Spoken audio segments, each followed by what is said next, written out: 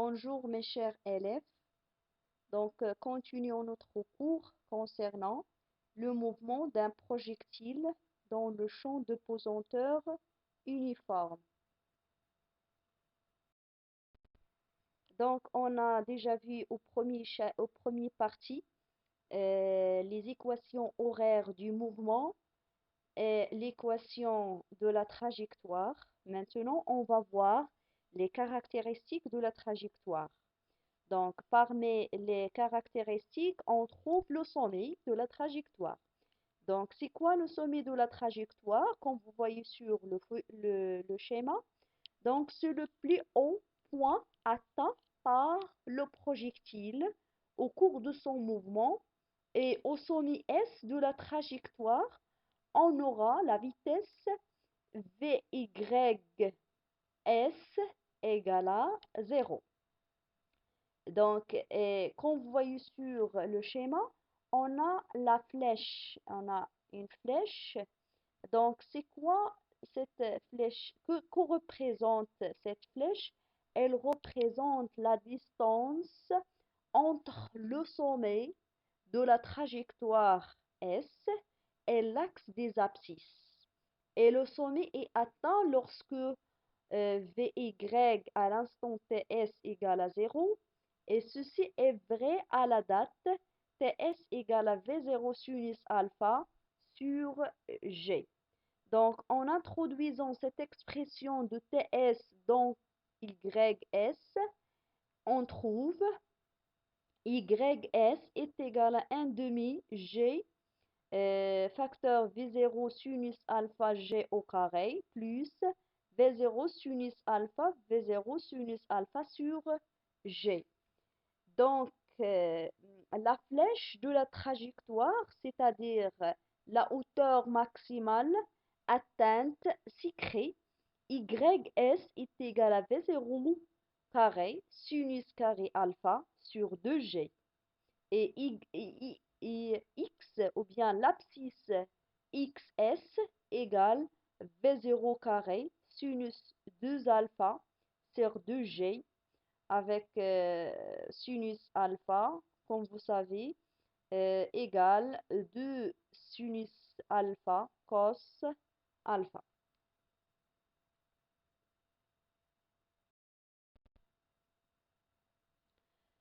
Donc, la portée, bien la deuxième caractéristique, c'est la portée. Donc, la portée est l'abscisse XB du point B. Donc, comme vous voyez sur la figure, il y a un point qui s'appelle point B. Elle représente la portée. Donc, la portée est l'abscisse XB du point B dont l'ordonnée YB est égale 0. Donc, XB au point B, on a XB. C'est une distance positive. Et YB est égal à 0. Donc, c'est le point du sol sur lequel arrive le projectile après sa chute. Donc, ceci conduit à résoudre l'équation YB est égal à 0, c'est-à-dire que moins G sur 2 V0 carré cos carré alpha XB plus tangente alpha égale à 0.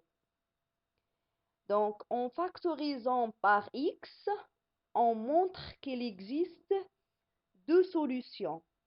Donc, la solution XB égale à 0 qui correspond au point de lancer au 0 ou bien au O, ou l'origine du repère. Et l'autre solution qui est donc XB et qui est vérifiée moins G sur moins G sur 2 V0 carré cos carré alpha XB plus tangente alpha égale à 0. Donc, elle s'écrit ainsi XB égale 2 V0 carré cos carré alpha tangente alpha sur G ou encore égale 2 V0 carré cos alpha sinus alpha sur G. Donc, la portée de la trajectoire s'exprime sous la forme de V0 carré sinus 2 alpha sur G. Donc, c'est la distance OB. Donc, elle est maximale donc, pour sinus 2 alpha égale à 1. C'est-à-dire que alpha égale pi sur 4 ou bien 45 degrés.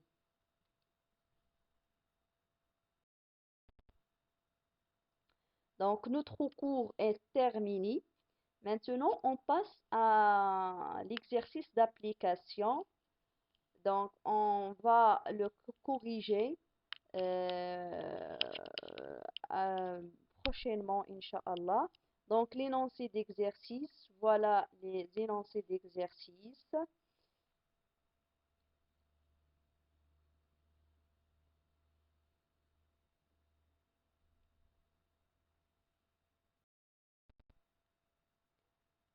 Voilà les questions. Écrire les équations horaires du mouvement du boulet dans le repère, OX, Y.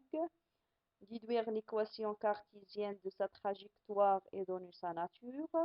On a déjà vu tout ça au cours. Établir en fonction de grand D, G, D alpha et H la valeur de V0 de la vitesse initiale V0. Voilà. Calculer la hauteur maximale par rapport au sol atteinte par le. Et dernièrement, déterminer les coordonnées de VC.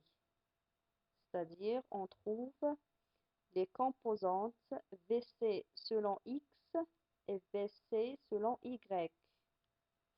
Dernièrement, on déduire la norme, c'est-à-dire on calcule la norme de VC, ce n'est que égale racine carrée VCX carré plus VCY carré et on fait l'application numérique. Et dernièrement, on détermine la direction de VC.